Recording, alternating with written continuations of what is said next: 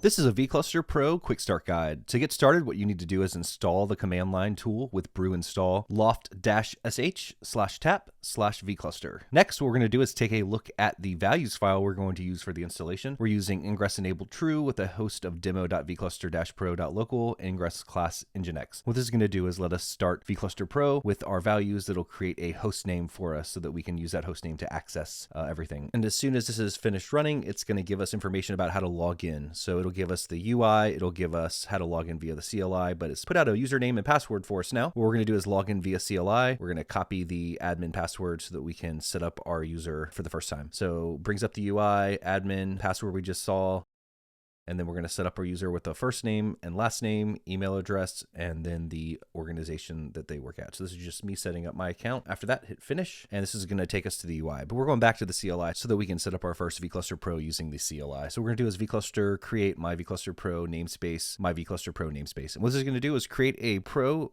vCluster in the namespace, my vCluster.Pro namespace, and then it'll actually change us over to using that vCluster, which makes it pretty easy for users instead of having to change their context. And then one of the magical things your users can do after creating their first vCluster is run kubectl get namespaces, and they're not going to see any of the namespaces that are on the base cluster. They're just going to see what's in the virtual cluster. So let's run kubectx to see what our context is, and it's vCluster.Pro. And then we noticed earlier that there was an upgrade available for vCluster. Let's go ahead and upgrade vCluster now. So vCluster upgrade. It's going to give you some of the release notes and information about the new version. So let's go ahead and disconnect from vCluster, and then we can run kubectx and see that we're on the default context, and then we'll get namespaces again, and this shows you different namespaces that are part of the base cluster.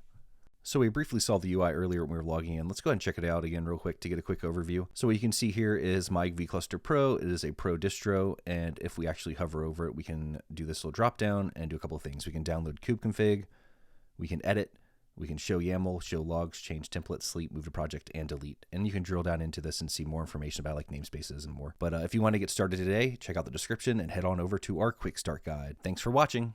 Bye.